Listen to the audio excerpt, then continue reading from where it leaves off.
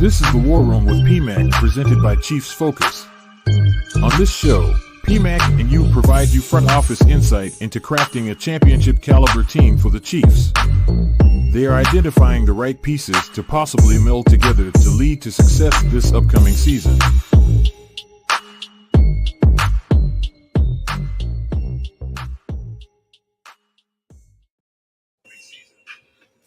Welcome to the War Room with PMAC.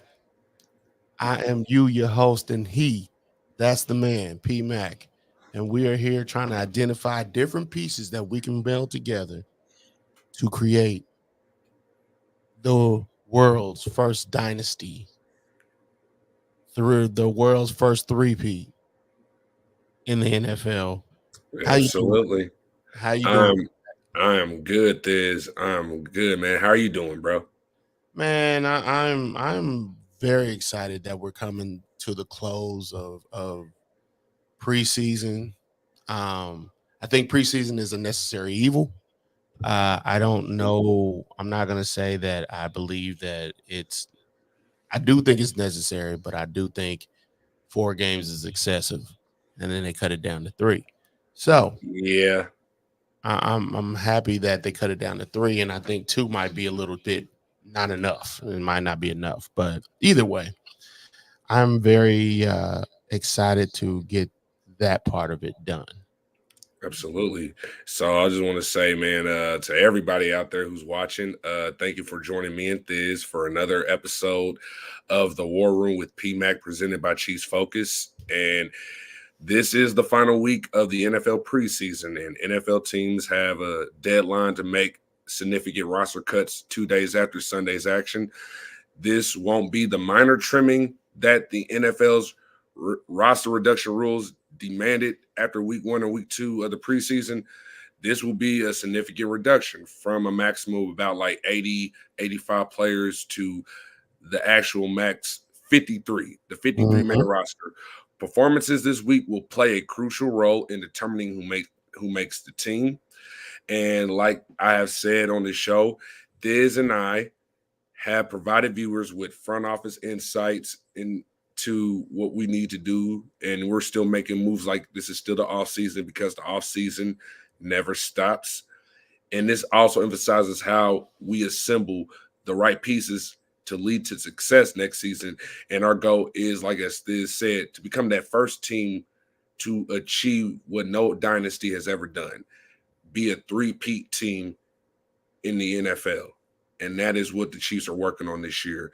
So like you said, man, I'm excited, and it is a necessary evil, but that's what the fun is about preseason. It gives you an opportunity to see somebody, like there have been stars created out of preseason, and hopefully this Thursday, well, tomorrow, hopefully we shall see who makes that cut and who doesn't. So yes, we will. Today we will talk about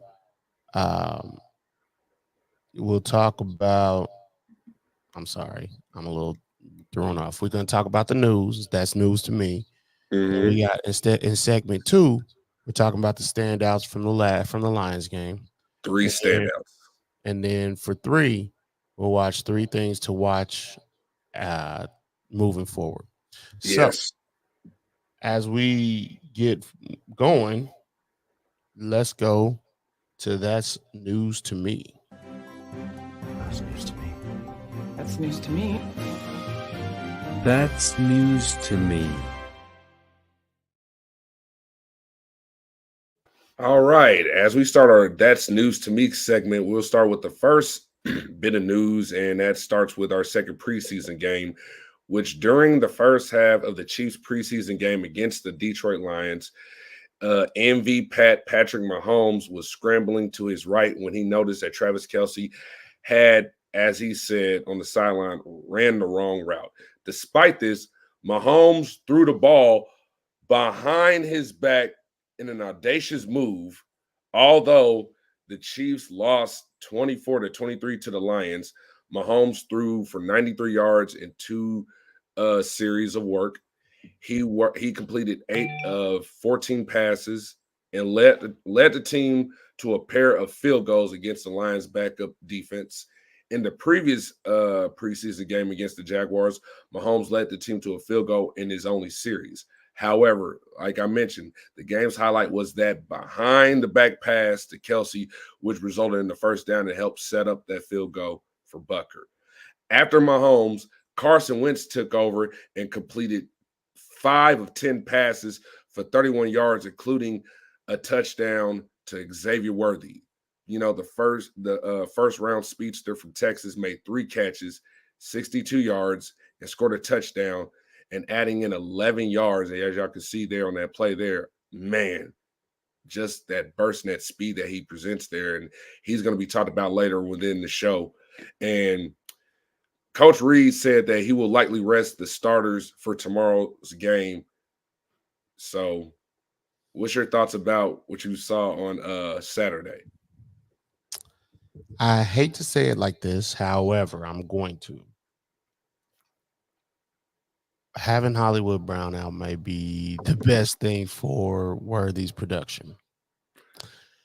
Receiving wise, yes. Receiving wise, absolutely, absolutely, and even blocking wise. If we're gonna, it gets Worthy more game time reps because Worthy, what we're doing this year is predicated on Worthy getting off. And when I say Worthy, it would have been Hollywood that really needed to get off, but since Hollywood's out for a few weeks, we need the speedster on the field. And who's the other speedster we have? Worthy. There's also McCall Hartman. I don't know how you feel about McCall. You're killing me, man. You're killing me, Swamp. I don't know how much real speed McCall has anymore. And when I say that, I mean like Worthy 2019 type speed. Like I haven't seen that from him since he's come back from the Jets, I feel like. Right. And maybe that's because he wasn't a part of the original game plan and we haven't got him in to get him open enough to get those things. But I see a different McCall. But, you know, he still has speed. Even if he has 4.4 speed or 4.5 speed, it's fine. But he also is not going to do what Hollywood could do. He's also not going to do what Worthy could do. Otherwise, we wouldn't have drafted Worthy, if you know what I mean. So we got to think about it from that aspect when it comes to that. And for anybody who thinks I'm a McCall hater, I'm not a McCall hater. I know I can see his limitations. I see what he would like to do, and I see what he wants to do. But what you want to do and what you can do are two different things. That's all I'm saying. That's all I'm saying. And I mean, we saw what he did 2 weeks ago against the Jaguars, especially in that punt return. I mean, that kickoff return where it bounced out of the end zone and he caught it and he kneeled down. Well, he's still, like he said, I think this past week or probably 2 days ago or yesterday, maybe, he mentioned that he didn't know much about the rules. And I understand we all have time and everything else like that. But I mean, there's so much going on in the world, especially working within the NFL world. And I feel like McCall can only do so much. And I mean, I still think he's going to make the roster based off of his experience and what he could do. And also, he could help uplift, let's say, Worthy's game, especially whether it's in the receiving room or especially in special teams. And that's the thing about Worthy. He's going to be needed on offense, not just because of Brown's injury. He's not going to get the opportunity to run turn punts and give fans the excitement to see him make those big returns potentially. Okay, here, give me. This is off subject. I promise you, it's off subject. But because we wasn't planning on talking about McCall.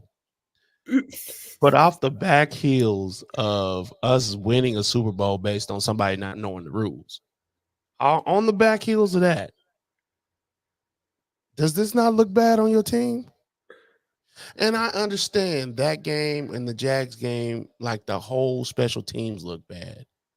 But not knowing the rules looks even worse. Like I said, and they're new rules, so we're all getting used to them. It's the first game. Yeah. But not knowing what to do on the back heels of the 49ers not knowing what to do in the Super Bowl, it's not damning, but it's a bad look. and I feel like McCole has bad looks, but that's me. I'm sorry. I don't want to be that guy, but That's fine. Well, I'll say this: McCall is safer than Kadarius Tony. absolutely, absolutely. I'm I'm sorry. sorry. I'm I'm like after sup- last week, what I said, it's like, come on, bro. 2 penalties on 1 play. Come on, it's McCall. bad. He's It's just sitting bad. there like, y'all can say whatever y'all want about me. I'm still on this team regardless, man. And I was the hero of that Super Bowl. And And that's the Kadarius, thing. you And know that's what I the mean? thing about it. That's the thing about it. He will be. I feel like McCole will be on this team all season, barring some kind of injury. But yeah, McCole will be here. Kadarius, not so much. No. So speaking of that, going into our next news segment, and I mean, as you know, the Chiefs have been dealing with a lot of injuries. Man, it's just crazy, especially with one of the injuries that happened. And that people might say this position is not as important, but it is important, especially when you're talking about special teams value.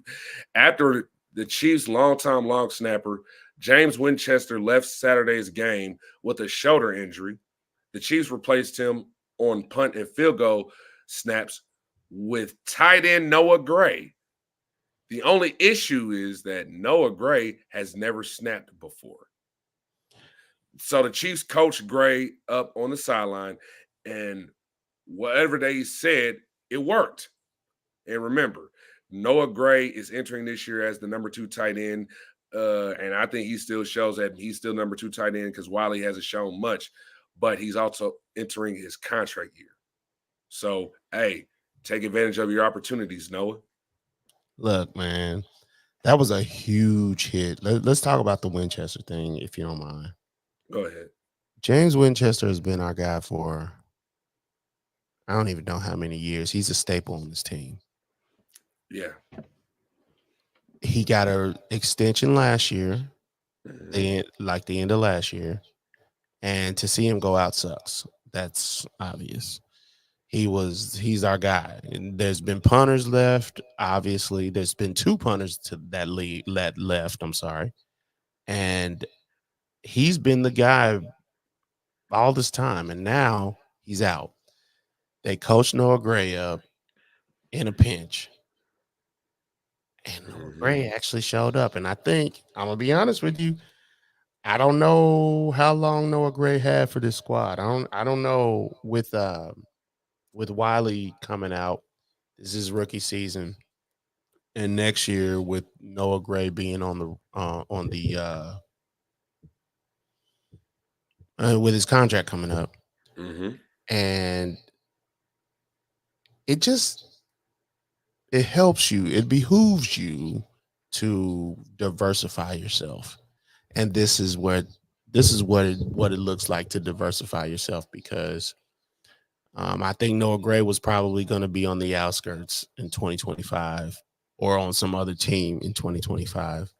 But this could actually help cement him for at least um, one contract extension. I think this could help that aspect of it.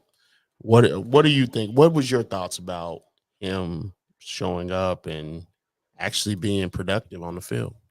I loved it, man, because for one, I used to long snap back in high school. It's not an easy thing to It's do. it's the worst, bro. It's the It's the worst. worst. It's the worst thing to do, but also it's one of the worst, hardest things to do because it's almost like you're being quarterback, but you got to toss the ball back from underneath your legs, and you got to Look, do it with so much force. Like it's almost like the same thing when it means to be a good punter, and it's so bro, position you have to not only snap the ball, you like the person's not 5 yards behind you. They're a significant, 15. they're 15 yards behind you. So you got to get it far back. You have to do it between your legs. You have to figure out who's going to be your blocking guy as soon as you snap your head up. And Yeah, then you got to figure out which direction man. you're supposed to go. So think about your head being between your legs, looking underneath you Mhm. at the punter upside down and then snapping your head back up to make sure you're able to block whomever It you're is supposed to block. It is not the even worst. worse. Okay. I'm sorry. I can't. I it's a great skill to have for a football player because obviously it gives you a job on the team.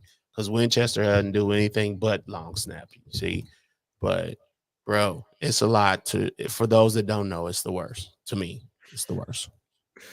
Well, it is what it is. But I But think speaking, again, yeah, I think Noah Gray could really cement himself on the team. He could really get himself a roster spot on the 53 because if he can be the tight end that he's been, which hasn't been a super dynamic tight end, but you still catch balls, you still can catch and you still can block, and then do that as well. I think that puts you on the 53 for years to come because you can yeah. do more than one thing. Hmm. So So yeah, speaking of that, so in place of Winchester, the Chiefs have enlisted former Kansas State long snapper Randon Plattner to replace Winchester, who is currently recovering from that shoulder sprain. So that's what's going on right now. I think this could work for a while, especially he'll make his debut tomorrow as they go up against the Bears. So yeah, we'll see what happens. We'll see what happens. But like I said, I still think there is a possibility that if Noah Gray works on that all season, he could stick with the team. Now, if that happens, it remains to be seen. But we'll see, man. I just want a productive kickoff and punt. Yeah, that's all I want. So yeah, absolutely. And for the last bit of news here, and this is just recent, I just added here, and just we saw and woke up to this morning. Adam Sandler, aka the Sandman himself, Happy Gilmore himself, has said that the Chiefs all-pro tight end Travis Kelsey will have a part in the Happy Gilmore sequel.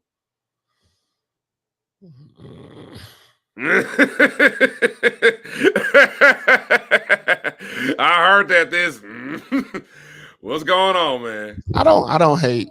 Here's my You thing. know, It's all these sequels 20 years after the fact. yeah, They yeah, feel like money grubs to me, but congratulations to Travis Kelsey. yeah, Congratulations to him.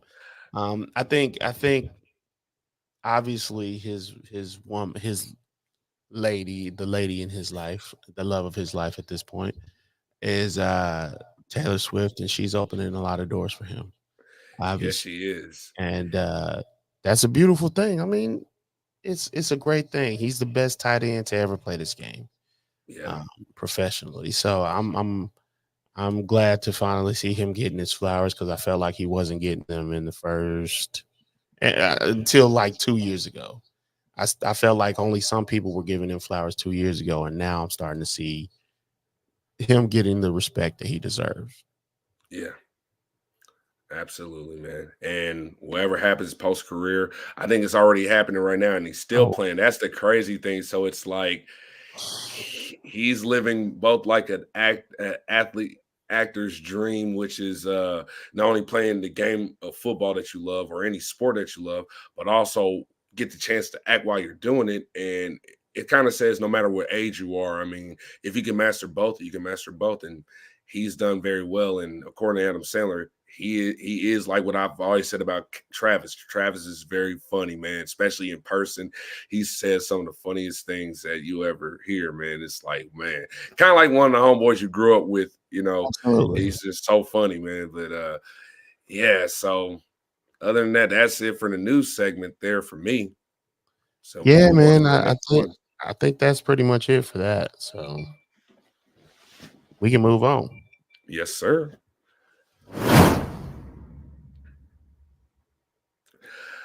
All right. So the NFL preseason wraps up this Sunday. So we're getting closer to week one, September 5th. Thursday night game between the Ravens and the Chiefs is just around the corner. But before we move on, let's look back at the biggest winners from week two and also those guys who contributed even when we lost to the Lions. Some players took advantage of their opportunities to earn playing time or show improvement. However, others could have played better and raised concerns about their future with the team. Getting into trouble so early in the season can be hard to overcome.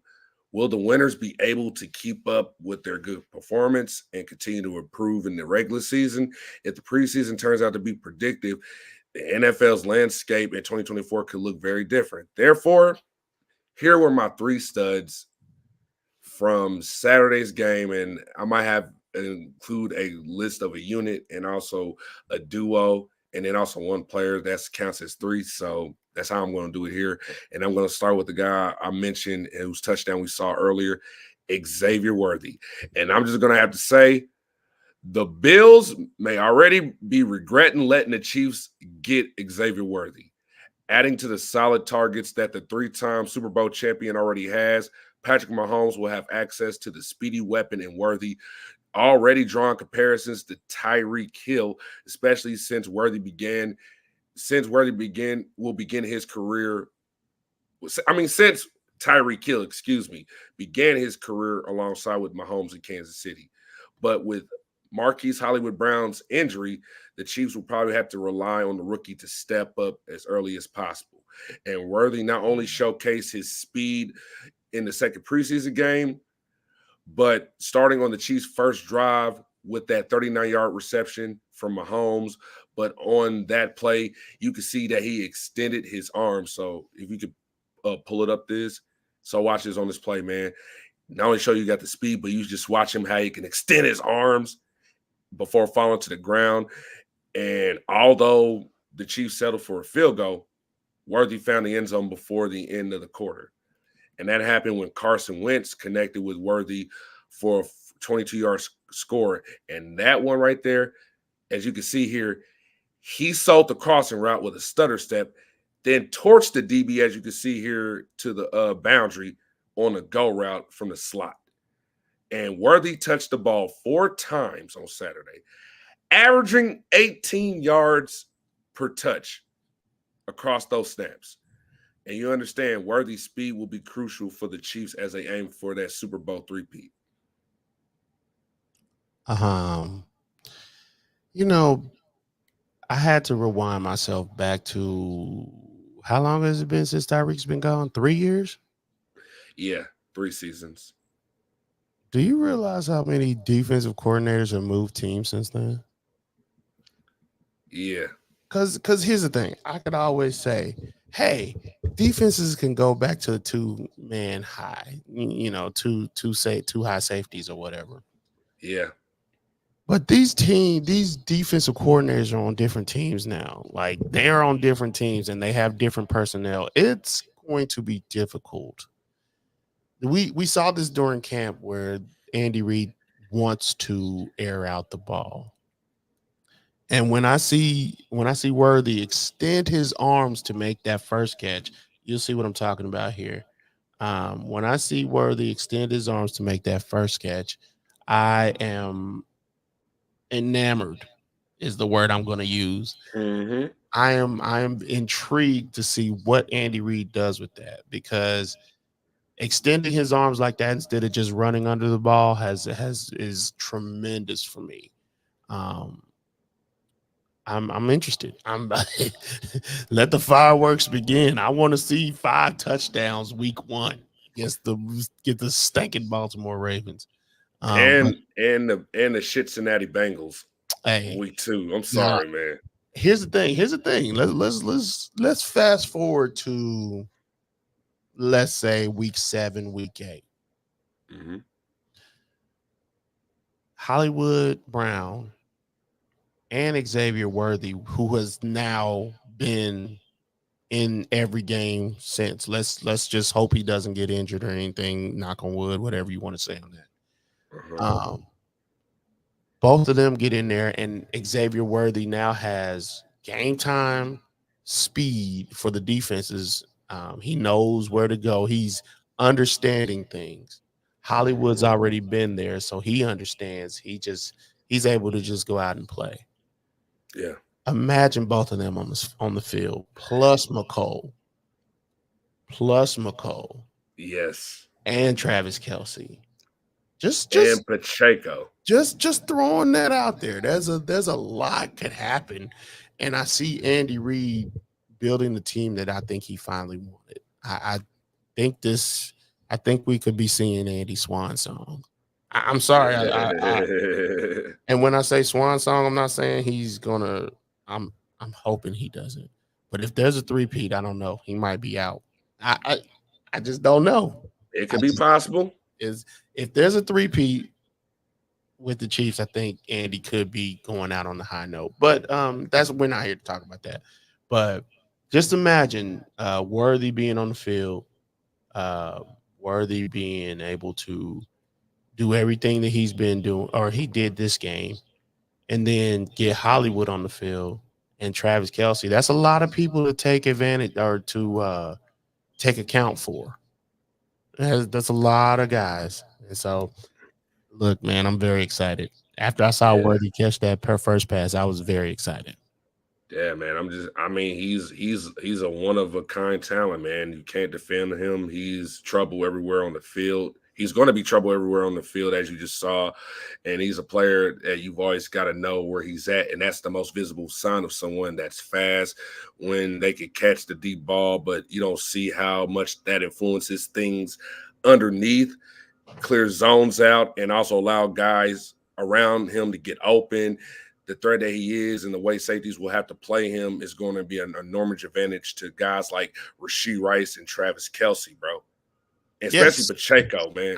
And you know what? I apologize to Rasheed because he's out there. Rasheed's out there. I apologize to him because it don't look like he's going to receive punishment this year. And it looks like that might be I honestly believe that could be once Worthy and once they start getting too accustomed to Worthy speed, we switch it over to Travis Kelsey. We switch it over to um, um, Rasheed.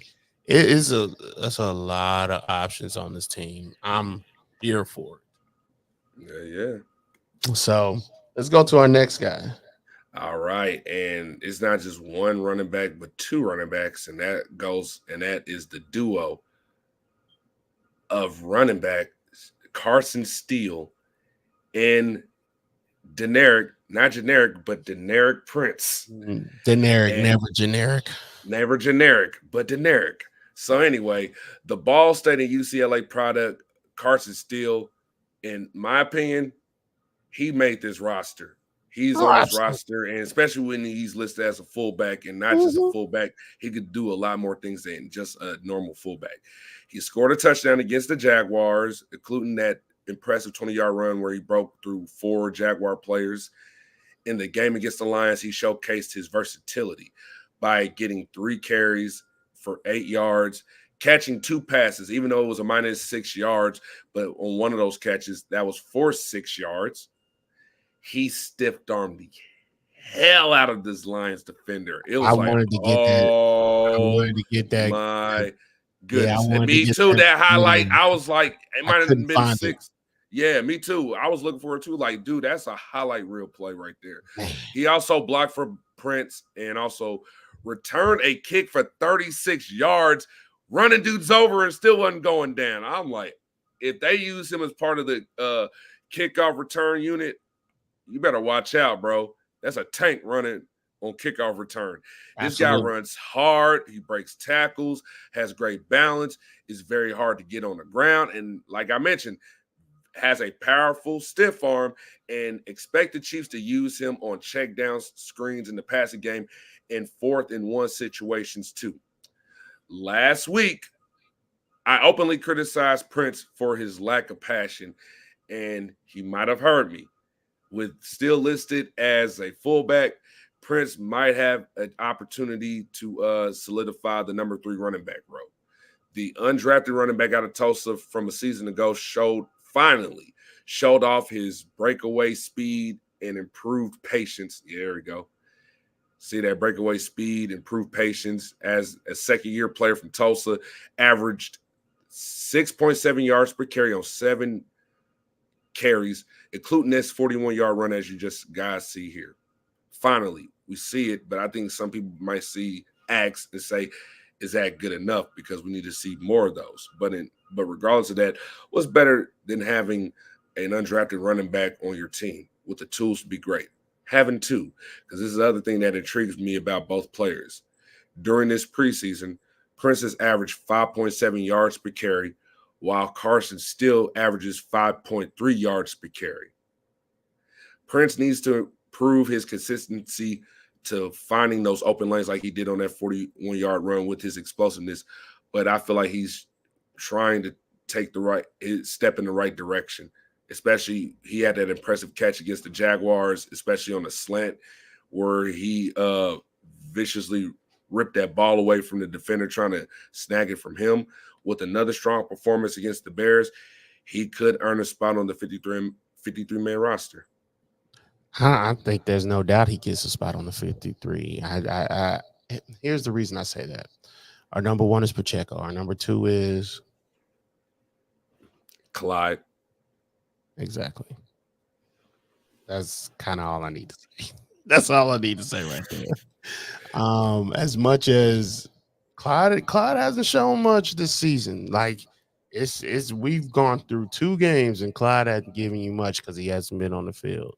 I don't think he's garnered enough respect in this league to say that he doesn't need to be there. I think at this point he's a camp body. At this point, if Deneric Prince, let's say he rattles off one more of these type of things this last game, I think Clyde's a camp body. And then the thing about it is, I actually think they could keep Clyde on the roster, but Deneric Prince be number 2. Yeah, I think so, because if you look at the depth chart right now, he's number 3, clearly number 3. And you need running backs. That's no doubt about it. So you keep the guy on the roster. But Clyde hasn't shown you anything quite yet. And I don't think Clyde has earned the respect that counts on him to be not on the field. He needs to be on the field at this point. So I think if Deneric has another one of the games like he had against the Lions, I think he has a spot on this roster. And then you got a full because you, like you said, Steele's listed as a fullback. So he's not going to be a running back. He's going to be in the running back room, but it's not. He's not a running back. He's a fullback. So it's like a long snapper. It's a position all its own. So yes, I early prediction. I do believe Deneric Prince might be making this roster. Yeah, man. And that's the thing about it, man. When you have like 2 or 3 different guys involved in running the ball throughout a game, many benefits come with that. I mean, each of those guys has a freshness. They may have different styles. They can attack defenses in various ways, and they're just more versatile than one guy might be. And that's what you're looking for. Absolutely. It gives you different looks for different situations. And Deneric theoretically can catch the ball out of the backfield. Absolutely. Which is something we haven't really seen Clyde do very well. And so we have to take that. I would say I've seen some great ability from Clyde in the receiving game. I'm not saying it's not possible. But for some reason we've been talking about this for like 3 years and we haven't seen nearly enough of it. Okay. Nearly enough. While we sitting here with Carson Steele, who's catching stuff out of backfield, like he's catching it off the rip, and we've been waiting on them to consistently do it with Clyde since 2000 or 2020. So I don't know. I'm not Mr. Pie in the Sky Kansas City Chiefs fan. I like to kind of challenge the status quo, and that's me challenging the status quo. So that's just me. That's fine. But anyway, so and last but not least, my last stud of this game, excuse me. The last stud for Saturday's game, I gotta give it to the entire Chiefs special teams unit yes. The entire special teams unit gets my nod as the main stud, not just one player, but the entire unit. Saturday's game was a positive, had a very good, significant positive, despite losing to the Lions. And I think this is what made everybody feel better about Saturday, despite the loss. Even if the Lions beat us by a field goal, The special teams units performed outstandingly, rebounding from a poor performance against the Jaguars the last time. Dave Tope effectively managed all phases of the special teams unit, contributing to their success.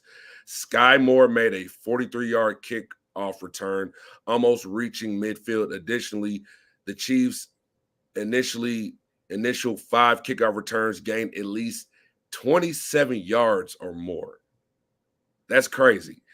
Nico Absolutely. Remigio, Nico Remigio had a 42-yard punt return. If he would have scored on that return if he had one more block. Mm-hmm. Harrison Bucker made all 5 kicks, 3 field goals, and 2 extra points. The kickoff coverage led to a turnover when Cam Jones made a massive hit, forcing a fumble on Jalen Calhoun, which Carson still recovered. And this also the consistency of the new punter Matt Orizia stands out. He rarely shanks a punt or boots it deep into the end zone for a touchback, with his first 2 kicks traveling 61 yards each. 4 of his 5 punts landed inside the 20-yard line. He still shows he still has the leg drive to blast one deep. Overall, the team put up an A-grade effort on Saturday. After coming off of that disastrous first game, like on the heels of that, and I got the kickoff up loading. I thought I had it in here, but I don't. But I'm It's on. all That's good. my apologies. The forced fumble, but um, man, how bad that Jags game was is how good this Lions game was. Like it was complete opposites, east and west. Um, very. I mean, and the thing about it is, Uncle Dave normally doesn't have these problems, not as bad as they looked on against the Jags. Even if so, you had enough trust in him to figure it out, get you guys right. And I'm trying to think. Trying to think of a name of one guy. I think not having Worthy, not having Hollywood. I'm sorry, not having Hollywood on this field takes away from Dave Tope not being able to use Worthy in the kickoffs and the punt returns. Yeah. And so that says something. He had to kind of shift his perspective a little bit, which is cool because that's what the NFL season does. It makes you plan and then replan. Um, Yeah. but what we saw on Saturday uh, with this kickoff return, there we go. Yeah. Whoa! Man, Jones. got him. Vicious hit, man. Got Ooh.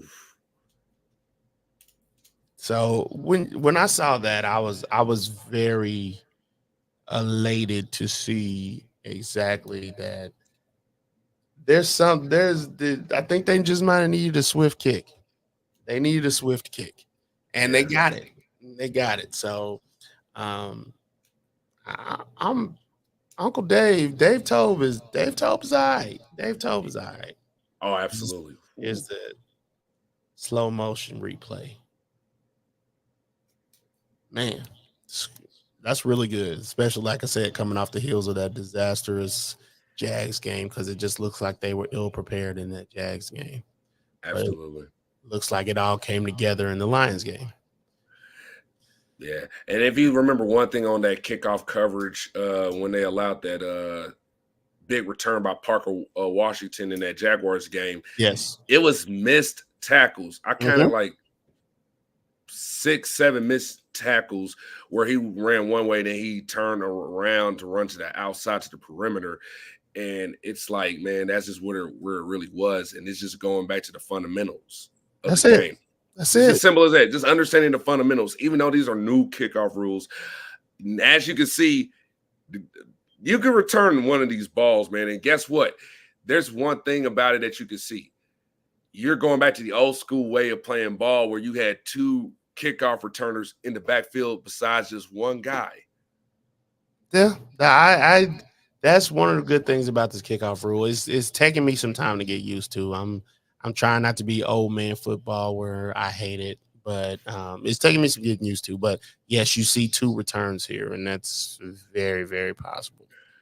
Absolutely. So with that being said, here we're going to our final segment of the show, and I call these 3 concerns in the future because after Sunday, the preseason will end and the actual games will begin. Even though the exhibition season is over, these games are still crucial because teams, like I mentioned earlier, are reducing their rosters from 80 to 53 after this. While some teams like the Chiefs will not play their starters, others plan to give their second through 14 players much time to determine the final spots for each team's final 53.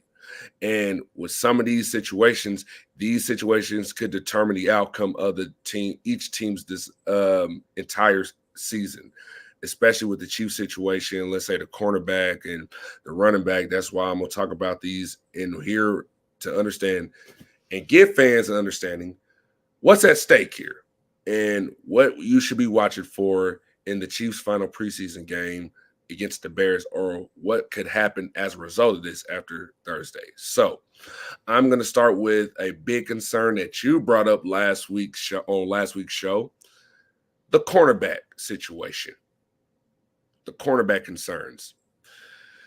The Chiefs may have a depth issue at cornerback opposite All-Pro Trent McDuffie.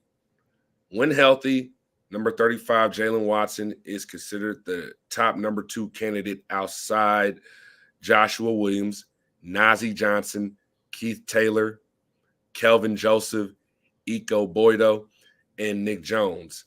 However, Watson has missed the past 2 preseason games due to a shoulder injury, and Johnson, who has dealt with injuries, especially recovering from an ACL tear he suffered last season, has saw his first snaps since 2022. Williams also yesterday missed practice with a hamstring injury. So your 2 and 3 cornerback is hurt right now. And Andy Reid said Watson will play in Thursday's preseason game against the Bears if he's available. So speaking of Williams and also Najee Johnson, they both took turns playing with the starters during Saturday's game, and Johnson had more playing time in the second half. There's Keith Taylor, number 39, who had, in my opinion, a mixed performance, including an interception in the second quarter, but that was to make up for the 61-yard touchdown he gave up to Caden Davis. It's concerning that nobody has solidified their claim to the position vacated by L'Jarius Sneed. Much of the defense's success will depend on the play of the defensive backfield. With 1 game left to secure the job, the situation remains unsolved. Andy Reid suggested that a committee could fill the second cornerback spot, and Spags said that the position is still wide open. Injuries have made it difficult to determine who the front runner is.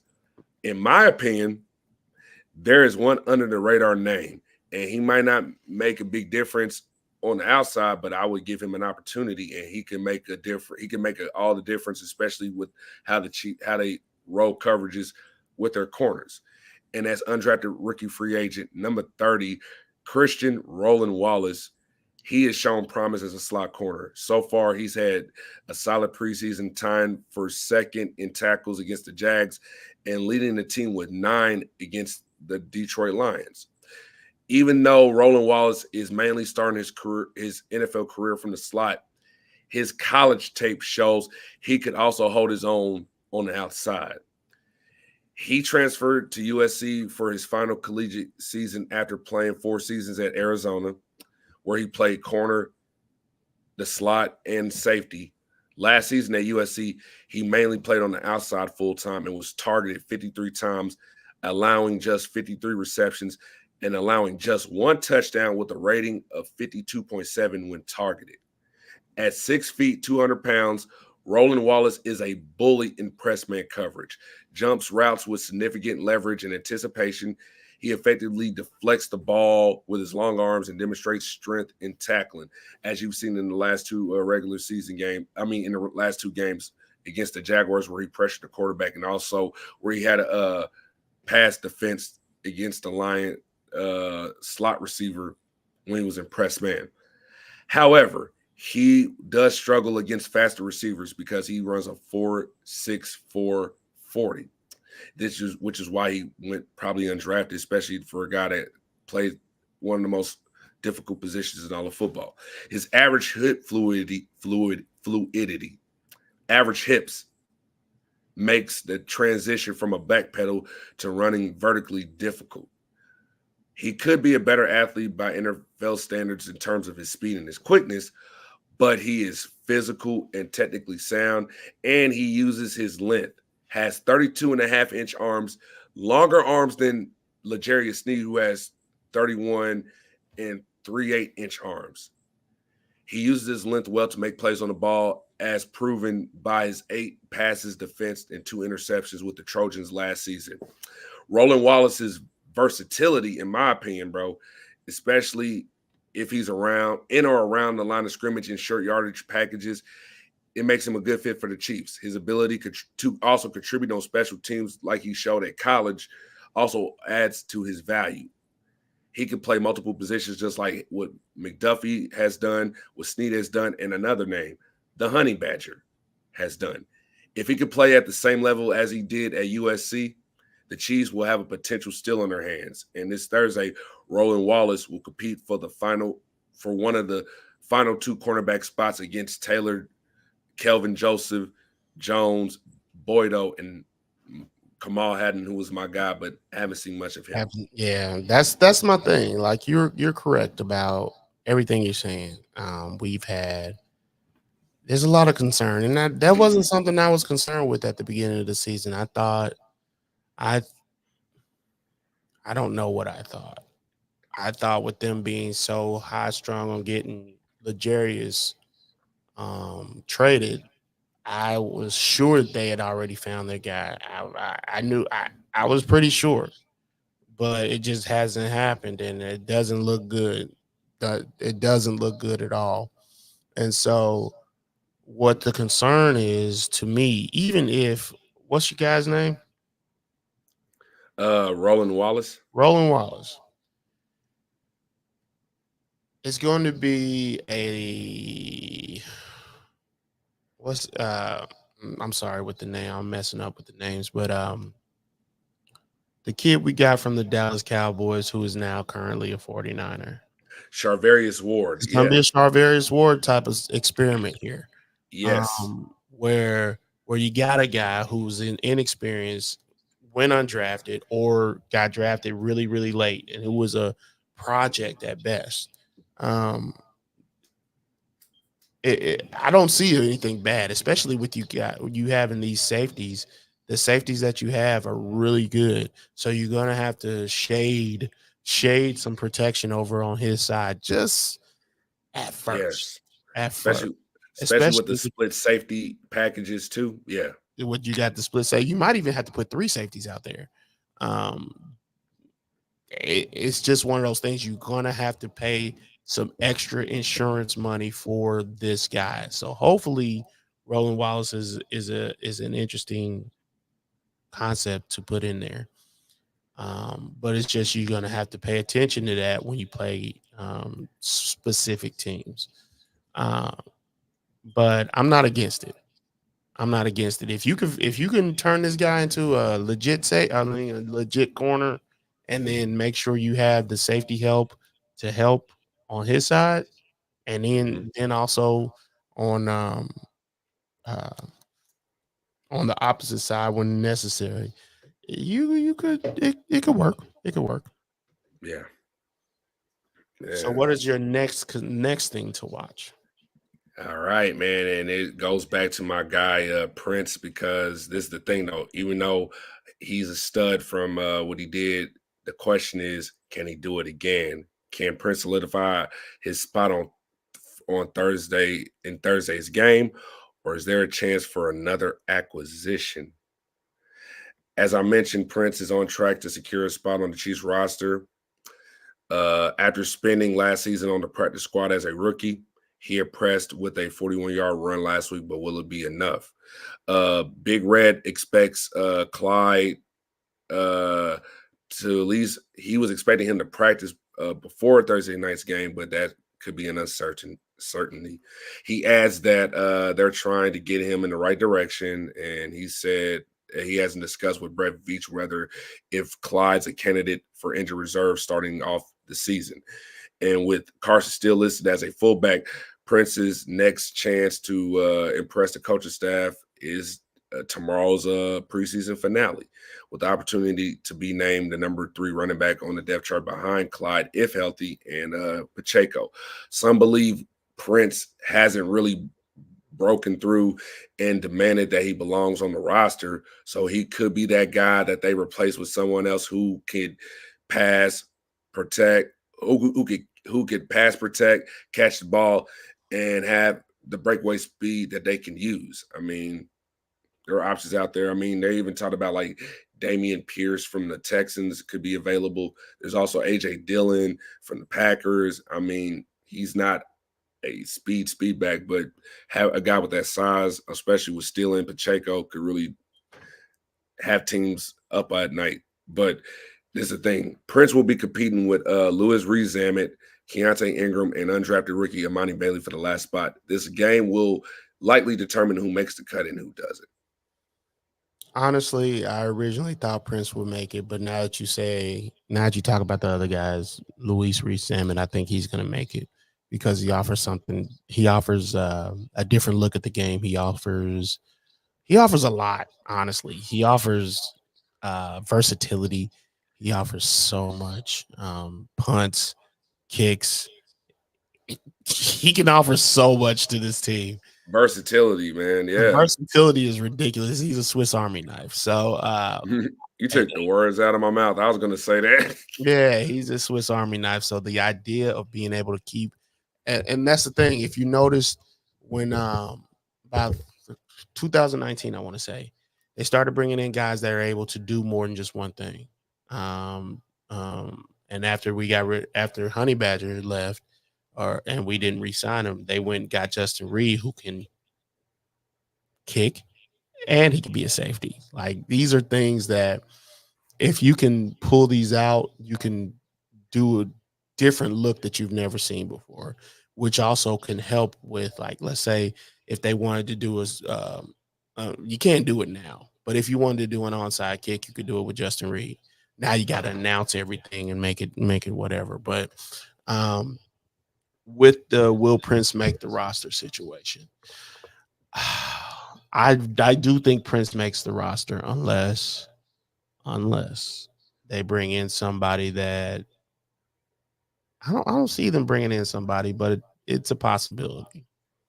And somebody more close to what Pacheco can offer you. Yeah. With, I mean, the toughness in running, the ability to find holes, and then the ability to even make holes if you need them. Right. I think Prince is making the roster, but obviously that is a concern. So I do agree with you there. Yeah. And last but not least, the one last concern. I mean, I could have talked about DNs because, I mean, that's another position that we need to consider down the road because, Montague is not off of IR. I think he's going to start off the season on IR before he comes back. But then also, I mean, Truman Jones has really shown that he deserves to stay on this roster. And, I mean, fans might consider that, but to me, it's going to be the wide receivers to me. I think was really, really important. The Chiefs may have some tough decisions to make regarding their receiver lineup as the final cut down approaches. Rashee Rice, Hollywood Brown, Worthy, and Justin Watson are likely to be your top 4. That probably just leaves 2 remaining spots. The Chiefs have started with 6 receivers in their past 3 seasons, but they might consider keeping a 7th like they did last season. Justin Ross and Nico Remigio have been impressive in camp and preseason games. Remigio's change of direction, agility to separate from defenders and burst in space as a slot receiver, while also being a solid special teams contributor, makes him a strong candidate. Ross has also stood out due to his size, his determination, and ability to make big plays. But since Uncle Dave is already all aboard on the Remigio hype train, Ross's chances look slim. And I think Sky Moore and McCall Harmon have a great chance. Hey, what's up, man? TJ Sports. I really think that McCall and Sky Moore have a great chance to make it because it's not just catching the ball, but also being those gadget guys, but also returning kicks. And Sky Moore, just like I mentioned about Nico Remigio's return, I think if Sky had one more block or at least one more Mhm. person in front of him to create a crease for him, he would have scored on that play. He's really taken the special teams thing real seriously, especially after that AFC championship game from against the Bengals a couple of seasons ago. I mean, he's really built on from that, which is great. So I don't know, Again, man. again, that's what I'm talking about. That whole carving a niche out for yourself. Carving a niche out for yourself, it might keep Sky Moore on this roster. It could. With Nico Remigio, I Mhm. think I think I think he might be an Uncle Dave favorite. He Yeah, might be Uncle Dave's favorite. Like I think he's making the team. Um I in think my opinion, yeah, me too. He reminds me of Danny Amendola, bro. I think Dave Tobe will be pounding the table for Nico Remigio. So but yeah, I agree with you. The wide receiver lineup is a little bit iffy, especially considering one of your guys went down already. Yeah, Um so either like you just better hope something else, no one else goes down. But this is a long season, fellas. This is a long season, 18 games or 17 games right now.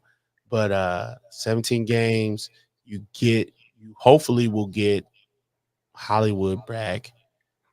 Um we just got to be ready for what happens because I can't tell you if somebody's going to get injured or not. But the idea um that you the idea that we have enough in our receiving room that we already have, I don't know if that's enough to last us the rest of the season, but I have enough confidence in this team to do exactly what they did last season, if that makes any sense. yeah. Because we were not good in the regular season at all. I'm sorry, it was bad, and I don't think anybody understands. We talk about the greatness of Travis Kelce. He's a year older. He's a year Yeah, older, and so um, nobody can tell you better than me. Like you feel it. You feel it a lot. Knees start getting a little bit more creaky. Arms start hurting. Those times that those injuries did not affect you as much, they're affecting you a little bit more. Um, but the good thing about it is Travis takes care of himself and he does what he needs to do to stay on the field and he wants to be on the field, as we saw him, you know, boisterously tell um, Andy Reid that on the sideline last year. So, with that being said, I think we'll figure it out as we always do. I just hope they have another plan as far as um, wide receivers is concerned, and Hollywood will come back after like week 7 or 8. So, uh, and also let's remember, in between that, we'll have a break period. Like we have our bye week at week 6, I think, which sucks. But yeah. So we'll get some early rest in. So let take that with however you want to. which is why we're going to be running the ball a lot more this upcoming season Yeah, because of that week 6 bye. yeah, we will be. Yeah, It's something. It's a necessary. It's one of those necessary evil situations again. So, yeah. but with that being said, man, that was our last point there. We thank everyone for listening. We appreciate everything, and we look forward to seeing you on our next show. Anything you have for us, PMAC, before we close it out? For NFL fans out there, just understand these notable and upcoming NFL dates. August 27th, the roster cuts down to 53.